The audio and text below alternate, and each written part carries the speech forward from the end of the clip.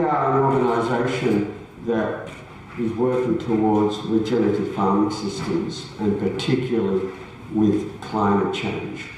I really want to set the scene today with what is happening with climate change, because I don't think people really understand the urgency of what we face.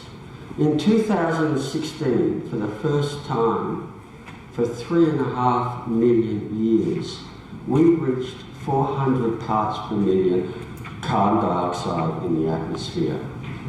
Now, the last time that happened, according to a very good paper that's published in Nature, the temperatures were between 5.8 to 16 degrees warmer than they are now. And the paper actually shows that 16 degrees is the more likely outcome. And sea levels were between 20 to 30 metres high.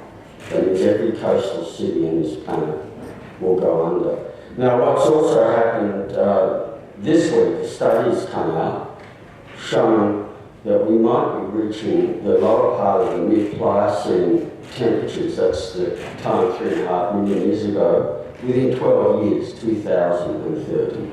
If we do that, we can just forget about things. We might as well just party like it's 1999 and enjoy ourselves, because we're looking at an extinction event that includes us. But, you know, what I really want to get across too is this.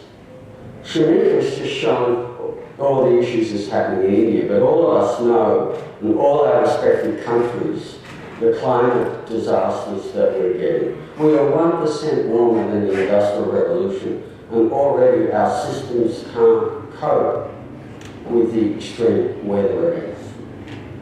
And I want people to understand why and what 1 degree means, because people think, oh, it's only 1 degree. Think about this. How much energy does it take to heat up the atmosphere, but also the oceans, by 1 degree? Heat up a planet. And that is the energy, the equivalent of billions and billions of atomic bombs. And I'm using this violent metaphor to understand that this energy is violently fueling our weather systems. And so our storms are more severe, our droughts are more severe. We're now getting fires that we've never seen before on every continent. We're getting rain events like we've never seen before. And this is just at 1 degree. What happens when you get a half a degree higher that they're trying to talk about? Half a degree more, 50% more energy in. It's a disaster. We actually have to start thinking 1 degree isn't enough. We have to take it backwards. It's unacceptable now where we are. The other thing I think is really important here is that if we just talk about renewables, we are still going in a catastrophic climate change. We're at 407 parts per million now. If we go to renewables tomorrow and stabilise it at that, we are facing a disaster of 16 degrees warmer. We have to draw down. And the most logical place that we do it is the soil.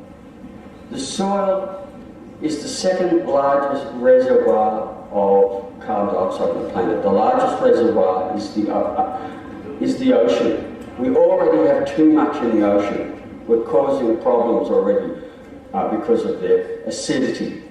We have too much in the atmosphere. The place to put it is the soil. The soil actually holds almost 3 times the amount of carbon dioxide as the atmosphere and all the forests on the planet put together. The soil is the logical place that we can do it. And can we do it? We actually need to sequester, if you want to stabilise our atmosphere, we need to sequester draw down 17 gigatons a year. Can we do it? Let's have a look at some of the best practice regenerative systems. This is a system called pasture cropping, where it's a no-till system. Instead of using herbicides to kill things, the pastures are grazed down with holistic management, and then the crops are drilled straight into the pasture. And it's a highly productive system. I haven't got the time to go into it in detail, apart from saying that this system gets the same higher yields as intensive industrial systems that plough and use lots of herbicides, destroy the soil. But with this system, the science shows that if we were to extrapolate this globally, we could sequester 80 gigatons of carbon dioxide per hectare. And per year, I mean. That's significantly more than the 17 that we need to do to start reversing climate change. This is another version of it. It's an improved version of it in terms of making it easier for farmers to do it. Once again, this is not the time for me to get into the technical details, but this person is the first farmer in the world to be paid on a government carbon credit scheme for soil carbon, and he's being paid for extrapolating 11.7 metric tonnes a year. Now, if we were to extrapolate that by agricultural lands, that's the equivalent of 60 gigatons a year. One of my favourites, work done by Professor David Johnson from New Mexico State University. It's an improved composting system.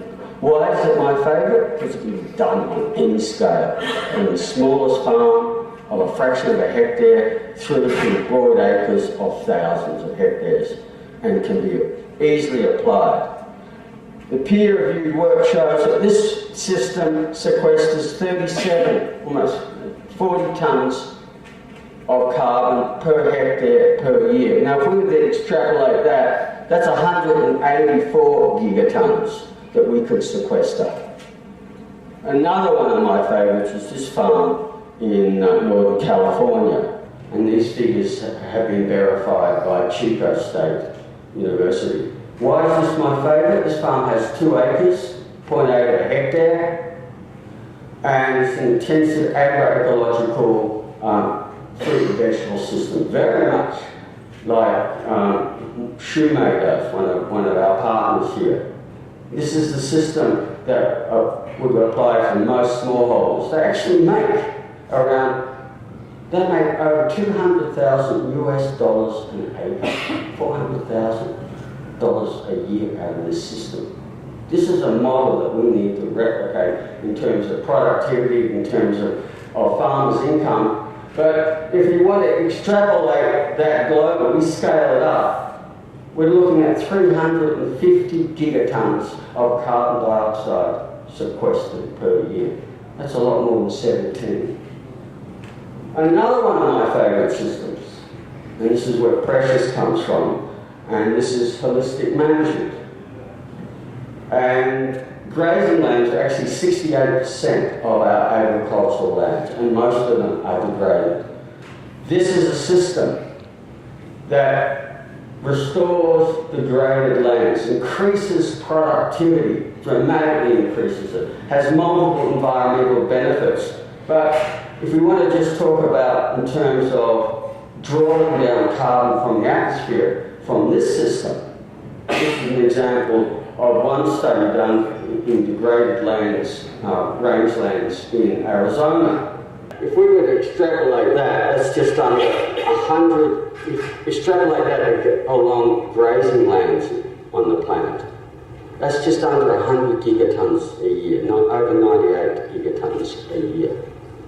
So I want to end on this because I want to show you how doable this is. I can give you lots of examples like this. I haven't got the time to go through them all. But there are numerous examples, mostly worked out by farmers. Plenty of tools in the toolbox here. Just picking 2 of them. If we were just transitioning agriculture, just 10%, in other words, we can get the early adopters to take this up. And just to transition 10% of agriculture, just to 2 of these practices. David Johnson's composting practice. And we could sequester 18.4 gigatons. That's more than 17 gigatons. We could convert just 10% of the world's rangelands, so holistic management. And that's doable. That would result in 9.8 gigatons, just under 10. That's just under 30 gigatons a year we could be drawing down, which is substantially more than the 17 gigatons that we're putting into the atmosphere. Now, we could actually reverse climate change in a generation. It took us 250 years to get here, but we could turn it around in less than 30.